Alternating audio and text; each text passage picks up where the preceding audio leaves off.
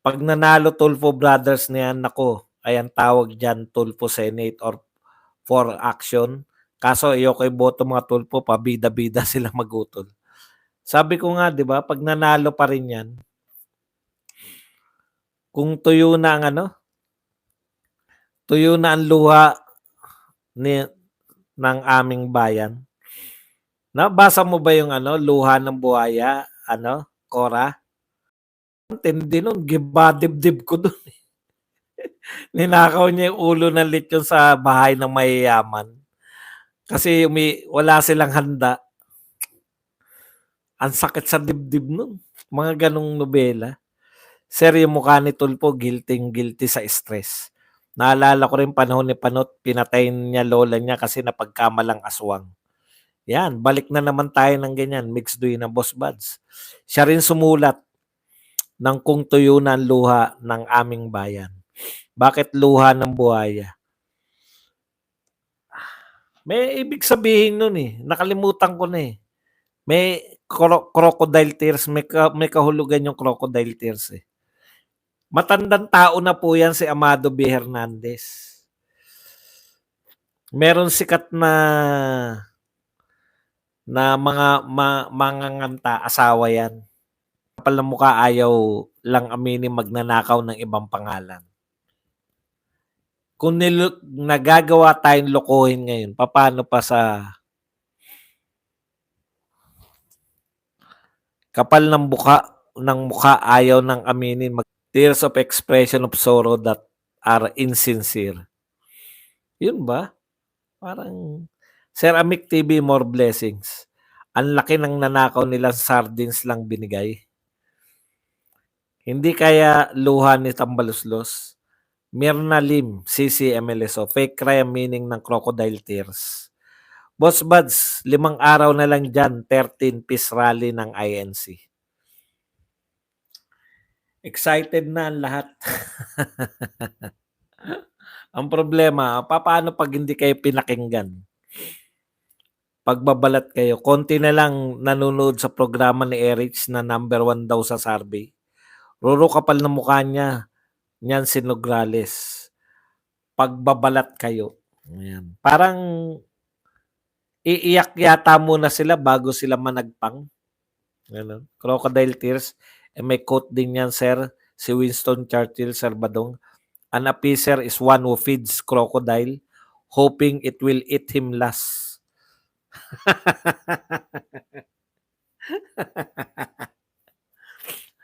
Yan ang mahirap makaupo. Ayan. Amik, Bago Sabon Himala. Batogo, Salvador Bondok, Hinlo Marcoleta, Lambino, Pastor Kebuloy, Attorney Vic. Yan. Bago Sabon Himala. It's a no-no to Tulfo, lalo na yung Erwin na yan. Diyan masyadong mayabang, pa-English pa. Wannabe Amerikano pero so fake. About 12 years old ako, bako nakuha ang anak ko, legal pa ako niyan. Oh, 'di ba? Legal siya. Legal si Ellis Brown. 12 years bago niya nakuha anak niya. Tapos si Tulfo, TNT. Nakuha yung mga anak, walang papeles, imposible. Kaya inaano tayo eh. Ipinaiikot tayo eh. Boss Bad, social media na ngayon, kahit anong paliwanag, di lulusot yan. Ang ginawang mali, lalabas at lalabas ang pagluloko niya. Paano siya naging TNT, naging army service pa nga siya sa US ng 4 na taon. Correct. Boss Bad, sabi ng adik, nasarapan lang siya sa lola. Hindi siya masamang tao. Tulfo, ininsulto mga OFW, nagpakahirap makapunta ng legal sa Estados Unidos ng Amerika. Sana 30 na bukas para magkaalaman na, Kuya Buds. Yan. The reason we love, respect, and admire the Dutertes in Singapore for they care sincerely on the welfare and well-being of the Filipinos and your country. And President Duterte remind us of our former PM, Lee Kuan Yew. Yan.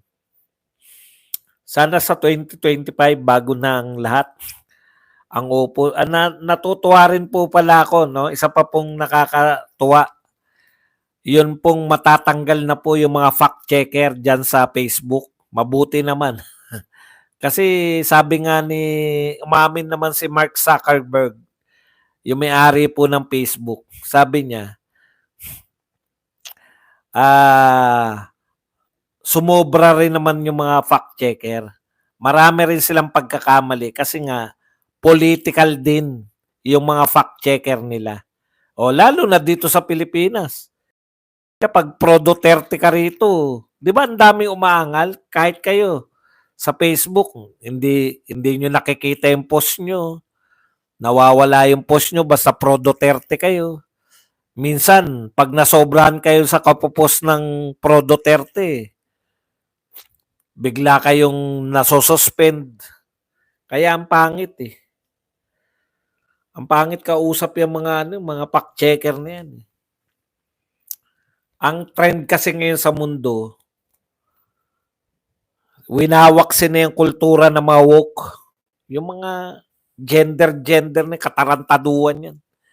Mas importante yung kalayaan sa pamamahayag kaysa yung gender mo. Utot nyo. Kung gusto nyo maging babae, magpaputol kayo. Nabad na ko Sir Badong sa FB, o, 'di ba? Kayo rin mismo may mga karanasan kayo diyan. Ilang beses ako na Bartolina ng FB, Cordapia. Ako Boss Buds, 2 account ko noon na delete. Sir Buds, mag-file sa Salceda ng Congress na bigyan ng franchise ang ABS-CBN. Okay lang 'yan.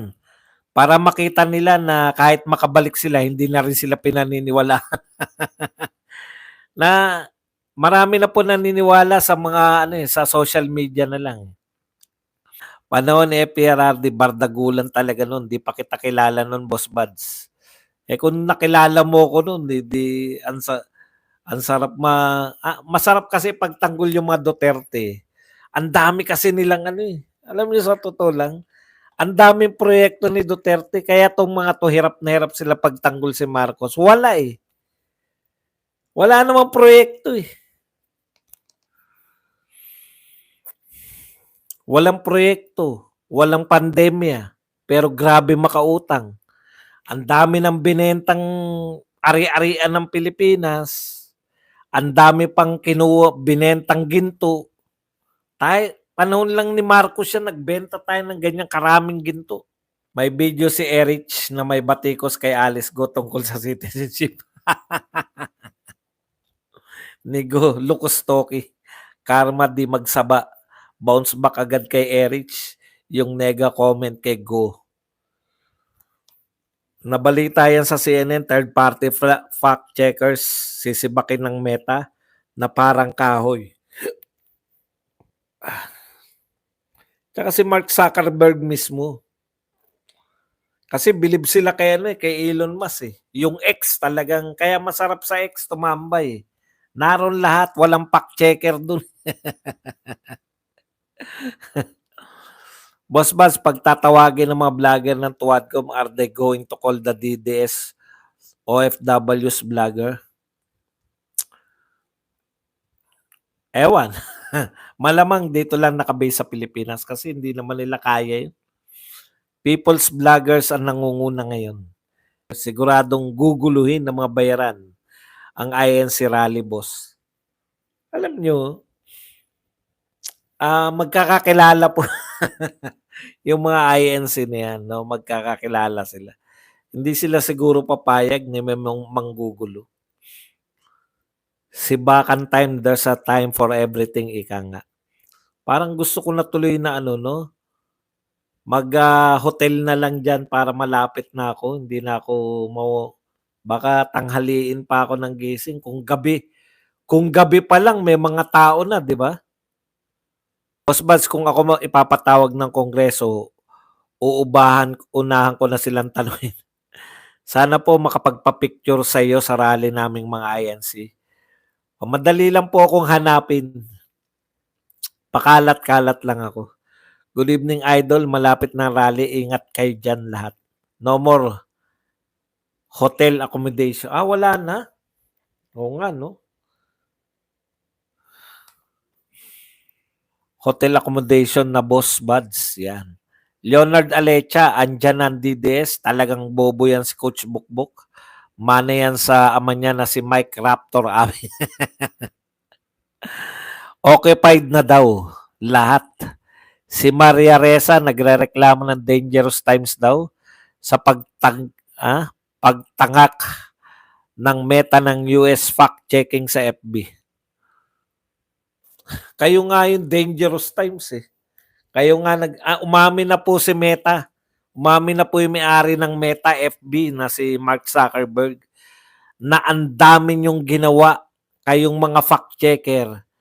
Ang dami yung mistake na ginawa dahil yung agenda nyo yung pinapasok ninyo. Yung nagpa-fact-check kayo mula sa inyong politika. Anti-Duterte kayo, kaya lahat ng pro-Duterte kawa sa inyo. Si Maria, tsaka mahal, no? Mahal yan. Magmamahal yung mga hotel. Si Maria Reza nagreklamo ng dangerous times daw sa pagtagak ng Meta. Meron mga project si BBM, puro concert nga lang. Pa-concert lang sa Malacanang project. Boss Bad, Sunday afternoon po, alis namin papuntang Quirino. Lahat ng may private cars, Sunday afternoon ang alis na namin. 3 a.m. ng January 13, alis ng mga bus. Iyak si Maria. Yan. JCC, I'll pay you back. Pag-approve na GCash ko, balikan ko bukas. Maria Reza, Nobel Peace Prize winner. Tapos, reklamador. Alam niyo po, takot na takot sila na yung mga katulad nila ni Reza, takot sila sa yung market of ideas. Pag tama yung sinasabi mo, di ba? Pag tama yung sinasabi mo, kahit na sinong, hindi ka matatakot ibangga sa ideya ng iba eh. Sila nagmumukha lang tama pag hindi maririnig yung side natin. O, yun ang problema. Kaya sila takot na takot eh. Tayo, magsalita kayo, magsalita kami, tignan natin kung sino pakikinggan ng tao. Sir Buds, yan. Saan ang next country visit mo? Malamang sa Vietnam. Sir Badong, kung ipapatawag ka ni Paduano sa hearing at kung pandilatan kanya na mata, dilatan mo rin. I accuse.